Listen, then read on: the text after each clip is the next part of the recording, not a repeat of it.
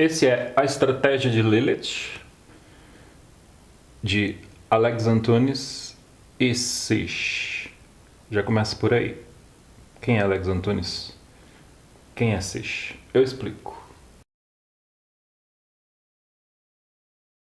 Segundo a orelha do livro, essa, Alex Antunes é jornalista, dirigiu a revista Bis, criou a revista 7, Cinema e Vídeo, escreveu para os cadernos de cultura da Folha de São Paulo, Estado de São Paulo e Veja, entre outros. Músico do Akira S. As Garotas que Erraram e Shiva Las Vegas, entre várias bandas. Compositor de Atropelamento e Fuga, gravado por Scovia Máfia, e produtor de mais de uma dezena de álbuns, entre eles os tributos a Arnaldo Batista dos Mutantes e a Luiz Gonzaga. Sish, por sua vez, é condutora de mistérios. Bom, antes de falar sobre o livro em si, quero contar algumas historinhas minhas com o Alex Antunes, que é essa pessoa aqui. Eu o conheci pessoalmente em 2005, na minha primeira tentativa frustrada de morar em São Paulo, por intermédio da Olga, que era uma moça que morava comigo na época. Ela era manager da Zeferina Bomba, quando veio para São Paulo, de João Pessoa, né? Ela também. Por intermédio dela eu conheci o Alex Antunes, por quê? Ela trabalhava na Sensorial Discos, né? Lá na Galeria do Rock, lá. E aos domingos nós levávamos os produtos de lá, da loja, para fazer banquinha numa mesa e tentar vender no Avenida Clube. E sempre aos domingos. Então, costumava ter show, né?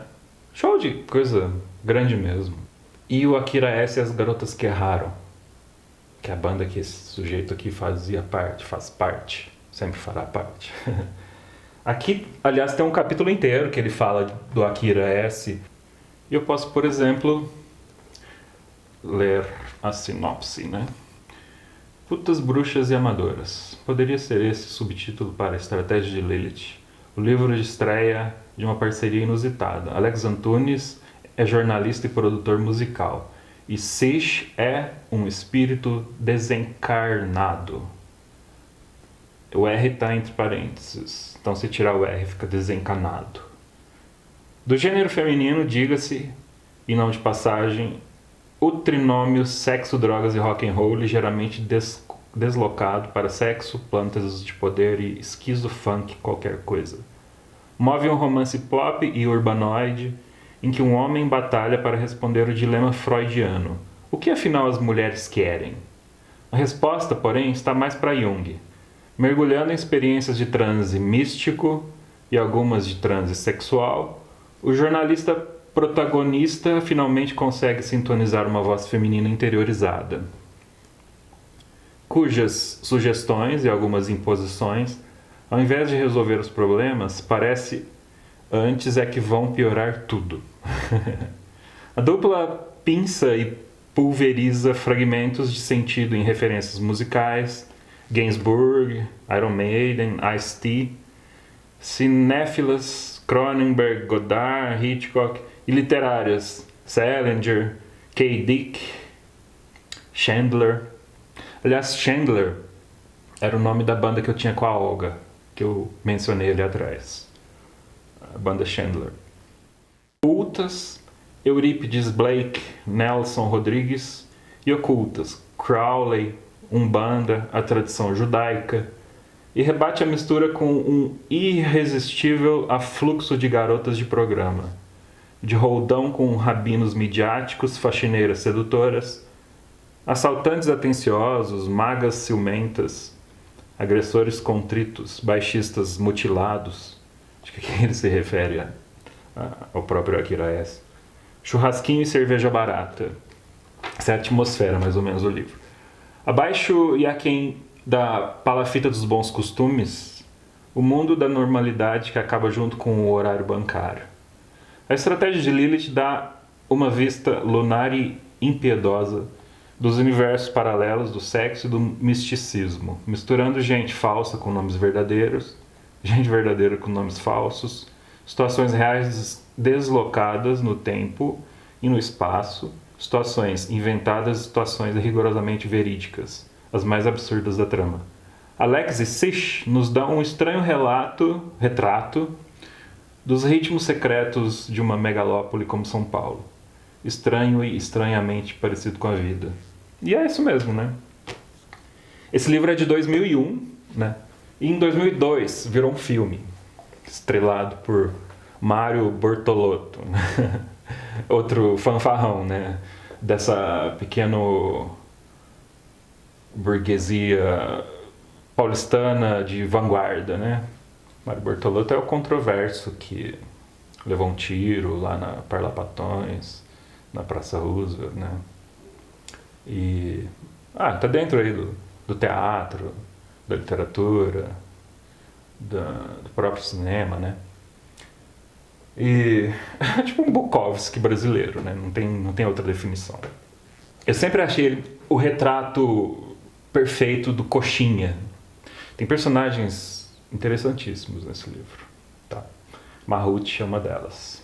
Nesse show do Akira S, As Garotas que Erraram, nós fomos para Augusta, para um bar na Augusta de carona, e na mesa do bar, sentados, bebendo, nós fomos convidados, eu e a Olga, porque nós tínhamos uma banda, a banda Chandler, já falei, para participar do CD tributo ao Fellini. Fellini também é uma banda muito conhecida do pós-punk, né? Da vanguarda paulistana, metropolitana.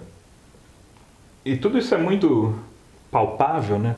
E participamos, né, do tributo. Gravamos uma música lá no estúdio em Jabaquara.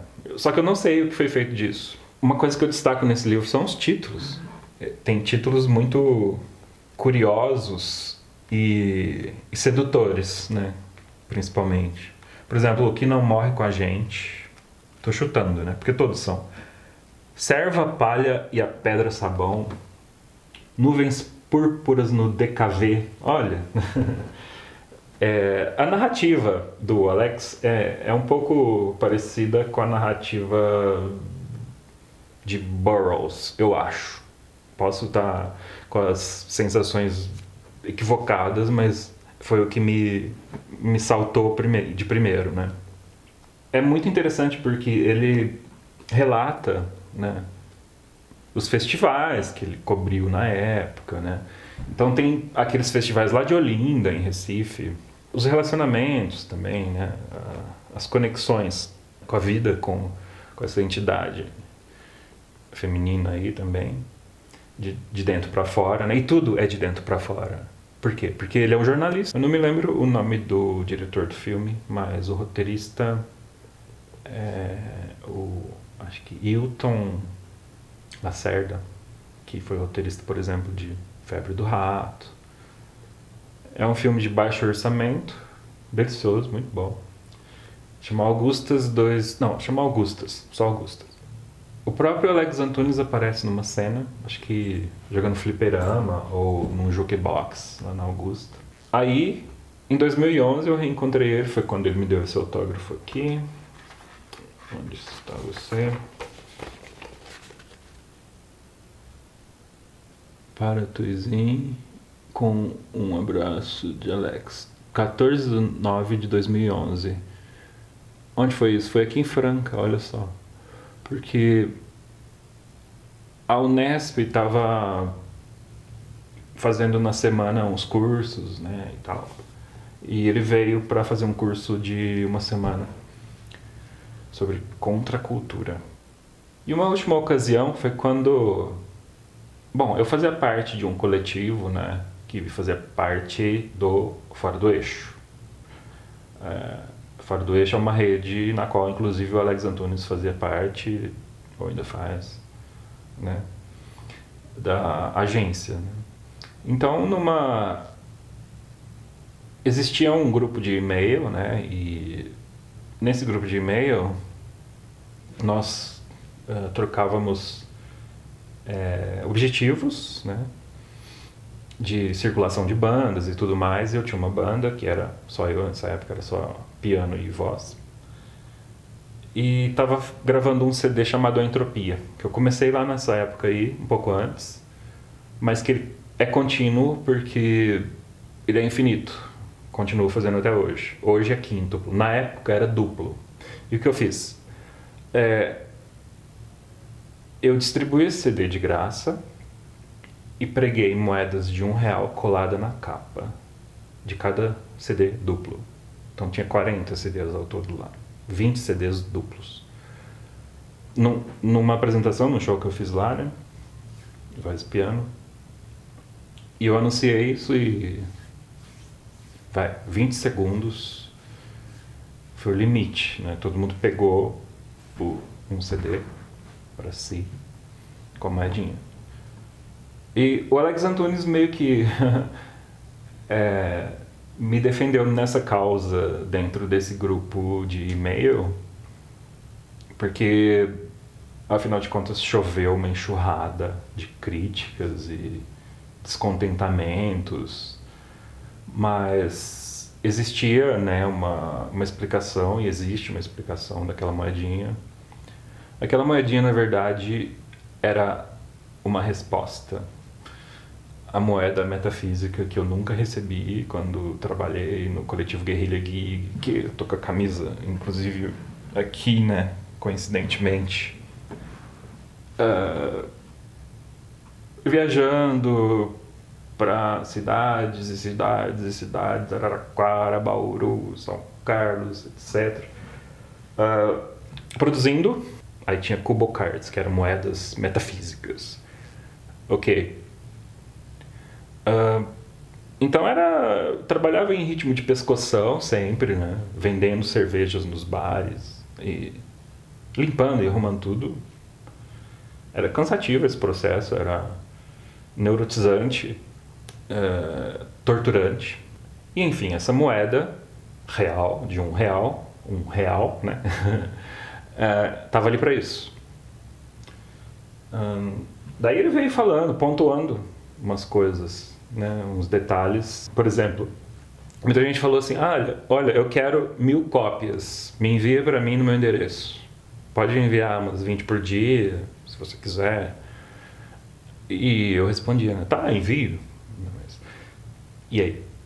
Aí o Alex Antunes sempre fazia as intervenções dele, enxergando de um ponto de vista mais panorâmico as coisas, talvez pela experiência, né? Assim como, não sei, em 2011, quando voltei para São Paulo e fui morar lá pela segunda e última vez, era outra coisa, né? São Paulo era outra coisa, porque a minha experiência era outra e a gente amadurece. Bom, então eu acho importante estabelecer essas conexões, né? Porque é isso mesmo, né? São Paulo é assim. São Paulo é imprescindível para algumas coisas, né? E uma das coisas imprescindíveis de São Paulo é que você acaba abrindo, né? E conhecendo pessoas que também estão interessadas, estão lá pelo mesmo motivo que você está. Então você acaba se deparando sempre com pessoas que você nunca imaginaria que encontraria, né, pessoalmente. Então fica a dica: A Estratégia de Lilith, de Alex Antunes e Sish. Uma coisa muito importante é que a atriz do filme é maravilhosa. Começou o que eu chamei, talvez precipitadamente, de Projeto Puta. Com o primeiro salário, botou um piercing no umbigo, gostei. Comprou um celular, pra quê? E roupas cada vez mais chamativas. Não que ela não ficasse interessante, mas a transformação estava me dando medo. Um dia ela esqueceu uma foto em cima da minha cama, tirada quando ela ainda estava no Nordeste. Perguntei o porquê da pose.